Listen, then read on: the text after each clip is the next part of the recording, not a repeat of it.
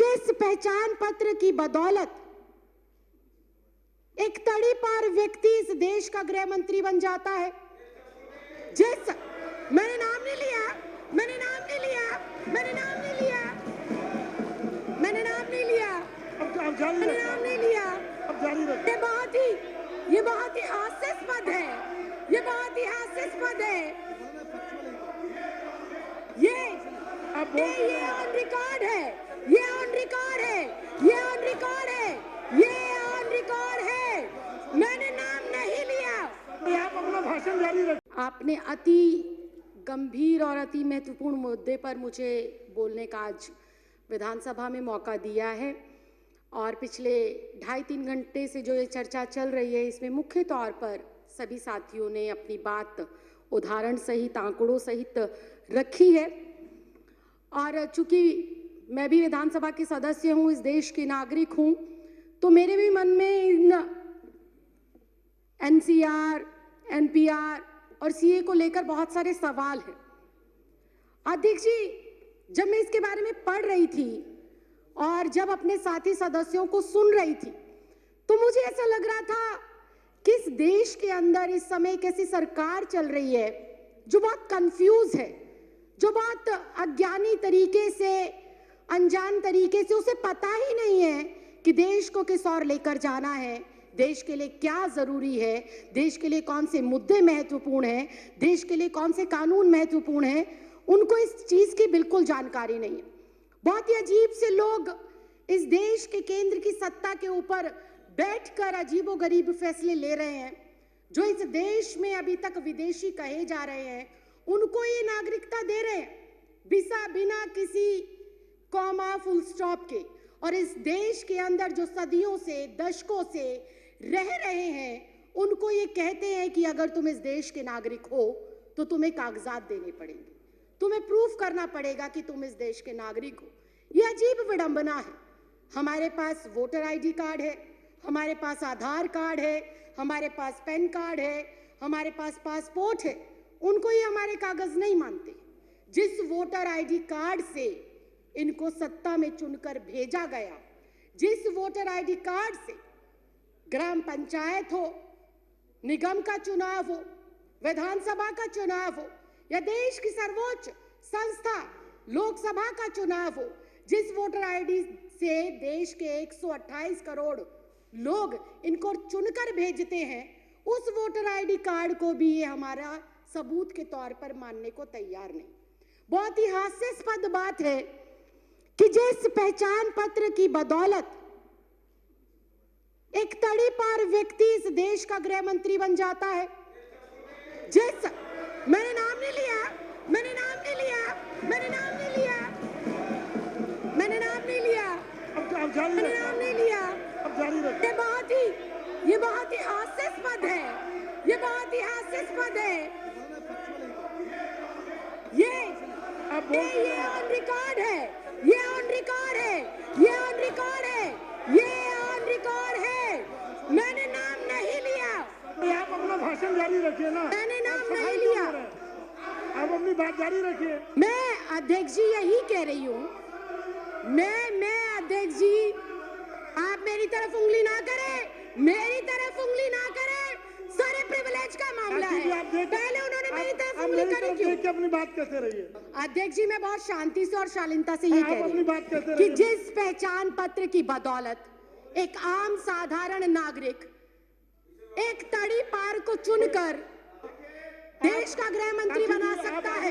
आगे बढ़िए। एक चाय वाला, एक चाय वाला, एक चाय वाला, एक चाय वाला, एक चाय वाला, एक चाय वाला इस लोकतंत्र के अंदर एक वोट के अधिकार से सीधा चाय वाले से प्रधानमंत्री बन जाता है। उस वोटर आईडी कार्ड की कोई अहमियत नहीं। क्या बात करते हो, क्या बात करते हो? और मैंने किसी का नाम नहीं लिया। आपको कोई आपत्ति है, आप माननीय अध्यक्ष जी से बात करें। आपको कोई आपत्ति है, आप माननीय अध्यक्ष जी से।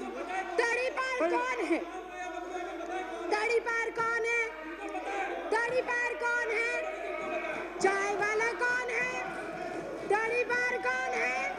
तड़ीपार कौन है? चाय वाला कौन है? मैंने कुछ नहीं कहा, मैंने किसी का नाम भी नहीं लिया। इतना आग बबूला क्यों हो रहा है? इतनी गर्माहट क्यों? इतनी गर्माहट क्यों? क्यों इतनी मिर्ची लग गई? क्यों इतनी मिर्ची लग गई? आपको इतनी दिक्कत क्या हो गई? आपको इतनी परेशानी क्या हो गई? मैंने तो किसी का नाम भी नहीं लिया, मैंने किसी दल का नाम नहीं लिया, मैंने किसी व्यक्ति विशेष का नाम नहीं लिया। राखी जी आप अपनी बात पूरी करिए। राखी जी आप उधर इशारा मत करिए। नहीं मैं समय कट करके बैठा रहा हूँ। आप इशारा करके बात मत करिए। मैं अध्यक्ष जी आप मुझसे 2 मिनट के अंदर, आप कोई सफाई ना, लेकिन अगर विपक्ष ऐसे टीका टिप्पणी करेगा, आप बोलते रहिए ना। विपक्ष टीका टिप्पणी करेगा कैसे चलेगा? आप बोलते रहिए। अनुशासन नाम की चीज है, आप बोलते रहिए ना। आपको किसने अनुशासन नाम की चीज है, आप उन्हें अनुशासन सिखाइए। मत करिए प्लीज। मैं अध्यक्ष जी 3 मिनट के अंदर, महज 3 मिनट के अंदर अपनी जो मेरा संदेह है और जो मेरे सवाल है और जो मेरा विचार है मैं वो आपके सामने रख रही हूँ। मैं अपने बातों को दोबारा रिपीट करती हूँ कि जब एक मतदाता, राखी जी मैं दोबारा रिपीट करने की इजाजत नहीं दे रहा।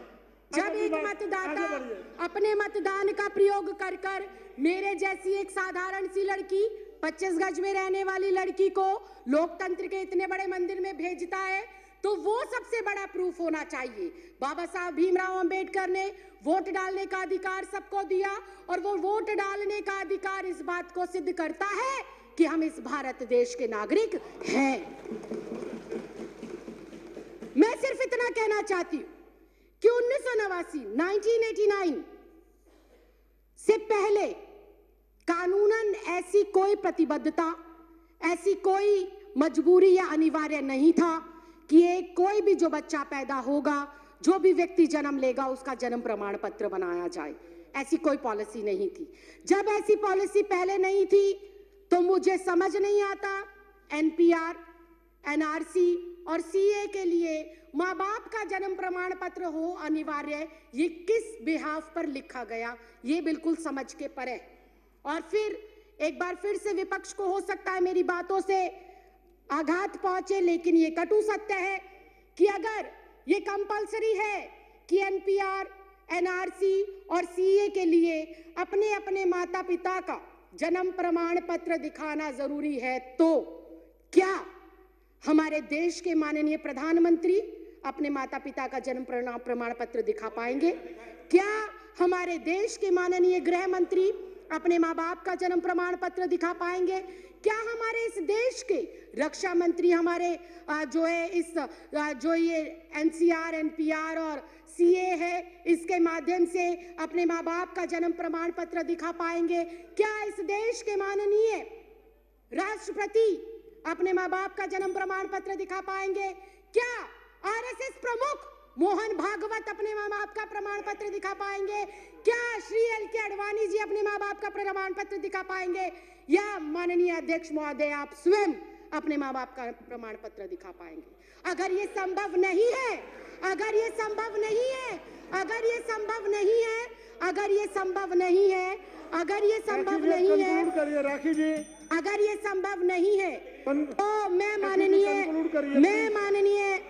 माननीय अध्यक्ष महोदय सिर्फ इतना कहना चाहती हूं कि जब बीजेपी का शीर्ष नेतृत्व, केंद्र में बैठे मंत्रिमंडल, प्रधानमंत्री, गृह मंत्री अपने माँ बाप का बर्थ सर्टिफिकेट नहीं दिखा सकते, तो क्या उन्हें, मैं कंक्लूड ही कर रही हूँ सर, क्या उन्हें डिटेंशन सेंटर भेजा जाएगा? अगर वो लोग डिटेंशन सेंटर नहीं जाएंगे तो इस देश का आम गरीब मजलूब परिवार का सदस्य क्यों डिटेंशन सेंटर जाएगा? ये सवाल आज इस लोकतंत्र के मंदिर में मैं आपके माध्यम से केंद्र सरकार से पूछना चाहती हूँ। अध्यक्ष जी मुझे 2 मिनट दे दीजिए, मैं अपनी बात को खत्म कर रही हूँ। अध्यक्ष जी मुझे ऐसा लगता है कि एनपीआर, एनआरसी और सीए महज देश की जनता को भटकाने के लिए एक हथियार के रूप में केंद्र सरकार आजमा रही है और भटकाना चाहती है। वो अपनी नाकामियों से जनता को, नोटबंदी से देश को भटकाना चाहती है, जीएसटी की जो अभी मार पड़ी है व्यापारियों के ऊपर, उससे देश की जनता को वो भटकाना चाहती है। बेरोजगारी जो पिछले 45 सालों के अंदर सर्वोपरि आंकड़ा इस साल में आया है, उससे देश की जनता को भटकाने के लिए हथियार के रूप में इसका प्रयोग हो रहा है। राफेल सौदा हो गया, please. दलितों पर अत्याचार हो गया, अर्थव्यवस्था किस तरह से चरमराई हुई है। अध्यक्ष जी, मैं एक लाइन कहकर सर, मैं भी रिक्वेस्ट कर रही हूँ, फाइनल क्लोजिंग लाइन कहकर मैं जो है अपनी बात को विराम देती हूँ कि अध्यक्ष जी, ये जो भाजपा सरकार है, ये एक संकीर्ण मानसिकता की सरकार है। इस सरकार को जब से ये अस्तित्व में आई है, किसान सड़कों पर है, छात्र सड़कों पर है, महिला सड़कों पर है, पुरुष सड़कों पर है, दलित सड़कों पर है, वकील सड़कों पर है, डॉक्टर सड़कों पर है, इंजीनियर सड़कों पर है।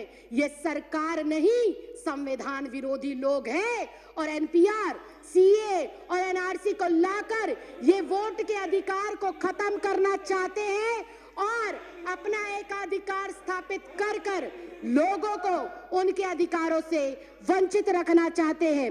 माननीय अध्यक्ष, मैं आपके माध्यम से ये कहना चाहती हूँ, माननीय मंत्री श्री गोपाल राय जी ने जो अपना प्रस्ताव रखा है, इस सदन के सदस्य होने के नाते, इस देश की नागरिक होने के नाते, मैं आज यहाँ से आपसे विनम्र प्रार्थना करती हूँ कि मैं इस प्रस्ताव का समर्थन करती हूँ और दिल्ली में इसको कतई भी किसी भी सूरत में लागू नहीं करना चाहिए। आपने मुझे बोलने का मौका दिया, इसके लिए बहुत बहुत धन्यवाद, बहुत बहुत आभार। जय हिंद, जय भारत।